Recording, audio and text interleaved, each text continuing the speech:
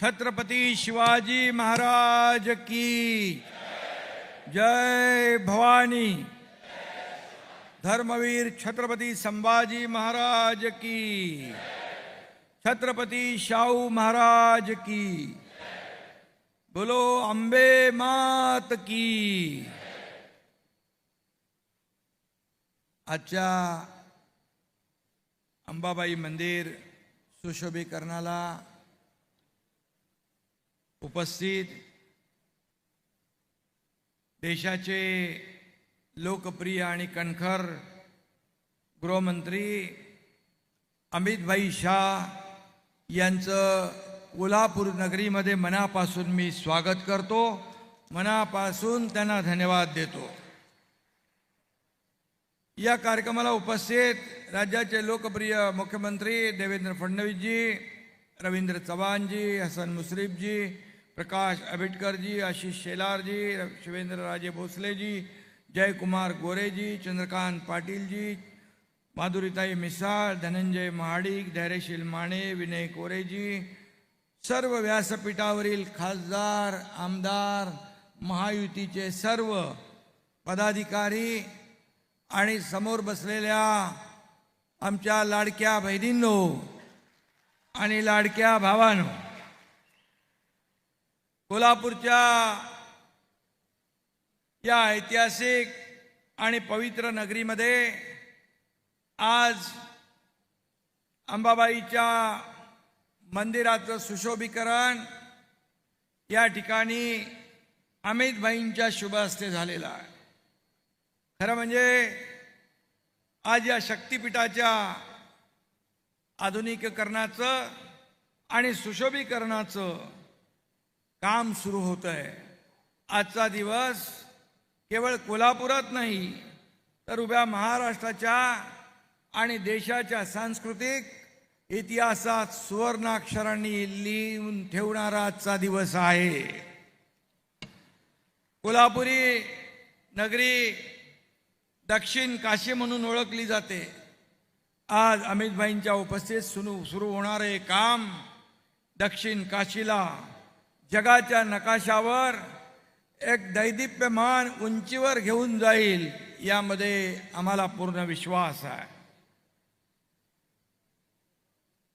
आणि आपल्या सगळ्यांना माहीत आहे, प्रकाश आंबेडकर यांनी सांगितलंय, अमितभाईंचं आणि कोल्हापूरचं नातं काय आहे। अमित भाई कोल्हापुर के दामाद हैं, इसलिए कोल्हापुर वासियों को पूरा विश्वास है कि महालक्ष्मी मंदिर के सुशोभीकरण के बाद अमित भाई की गृहलक्ष्मी भी प्रसन्न होगी। म्हणजे आपल्या भाभीजी,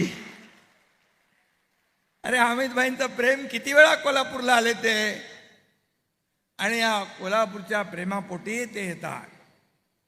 आदरणीय प्रधानमंत्री नरेंद्र मोदी जी के नेतृत्व में देश में एक सांस्कृतिक पुनरुत्थान चल रहा है। काशी विश्वनाथ कॉरिडोर हो, भव्य अयोध्या धाम हो, उज्जैन के महाकाल हो, भारत ने अपनी आत्मा को फिर से पहचाना है। मोदी जी की नीति है विकास भी और विरासत भी। आणि केंद्रीय पर्यटन मंत्रालय, प्रसाद, स्वदेश दर्शन योजना या सर्व योजनांमधून आध्यात्मिक आणि सांस्कृतिक क्षेत्रांचं अतिशय चांगला विकास होतो आहे। आणि म्हणूनच देशाला 12 वर्ष, मोदीजींच्या प्रधानमंत्री पदाला 12 वर्ष झाली।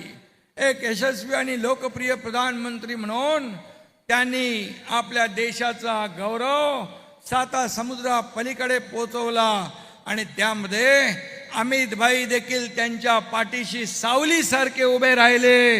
हा देखील एक इतिहास आहे। आणि म्हणून महालक्ष्मी मंदिराचं जे आज सुशोभीकरण होतंय त्याला एक आगळा वेगळा इतिहास आहे। आणि म्हणून मगाशी सांगितलं की देशातल्या जनतेला एक सुरक्षित भावना मनामध्ये निर्माण होते आणि त्याचबरोबर आतंकवादी आणि नक्षलवाद्यांच्या छातीमध्ये आणि पोटामध्ये भीतीचा गोळा येतो तो या आपल्या अमितभाई शाह यांच्या कर्तृत्वामुळे. काश्मीरचं 370 कलम हटवण्याचं काम अमितभाईंनी केलं मोदीजींच्या मार्गदर्शनाखाली. आणि त्यांनी सांगितलं होतं या संपूर्ण देशातला नक्षलवाद 2026 पर्यंत पूर्ण त्याचा खात्मा केला जाईल. तो देखील अमितभाईंनी नक्षलवाद संपून टाकण्याचं काम या ठिकाणी केलेलं आहे. महाराष्ट्र, गडचिरोली आणि संपूर्ण देश नक्षल मुक्त करण्याचं काम अमितभाईंनी केलं.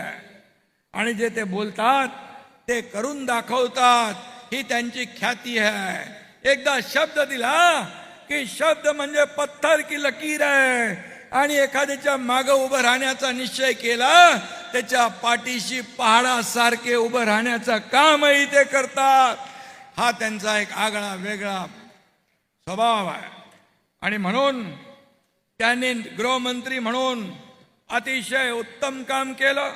त्याचबरोबर सहकार मंत्री म्हणून देखील त्यांनी जे काम केलं, मोदीजींनी सहकार मंत्रालयाची जबाबदारी त्यांच्यावर दिल्यानंतर पूर्वी सहकार काही लोकांच्या, मुठभर लोकांच्या हातात होता, परंतु आज सहकार क्षेत्रामध्ये क्रांती घडवण्याचं काम त्यांनी केलंय. आज सहकार बिना नाही उद्धार, आणि हा सहकार शेवटच्या माणसापर्यंत पोहोचला पाहिजे, यासाठी त्यांनी सहकार क्षेत्रात आमूलाग्र बदल घडवले, क्रांती घडवली.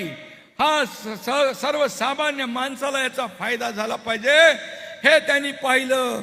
मला आठवतंय आम्ही जेव्हा देवेंद्रजी, आम्ही आणि आमचे मंत्री जेव्हा अमितभाईकडे गेलो होतो की साखर कारखाने, शेतकरी अडचणीत आलेत, तेव्हा 10,000 कोटीचं इन्कम टॅक्स माफ करण्याचा क्रांतिकारी निर्णय अमितभाईंनी घेतला होता. आता देखील आम्ही गेलो होतो, त्यावेळेस देखील इथेनॉल असेल, जे जे बाय प्रॉडक्ट असतील, त्यांना सगळ्यांना न्याय देण्याचा निर्णय देखील त्यांनी घेतला. पॅक्सला मजबूत केलं, अगदी शेवटच्या घटकापर्यंत हा फायदा, न्याय गेला पाहिजे, यासाठी त्यांनी मोठं क्रांतिकारी पाऊल उचललेलं आहे. आणि म्हणून मी त्यांचं मनापासून अभिनंदन या ठिकाणी करतो. मनापासून त्यांना धन्यवाद देत असताना या ठिकाणी त्यांचा अभिमान देखील आम्हाला आहे की आज 1,500 कोटीचं हे आपलं अंबाबाई मंदिराचं सुशोभीकरणाचा टप्पा सुरू होतोय.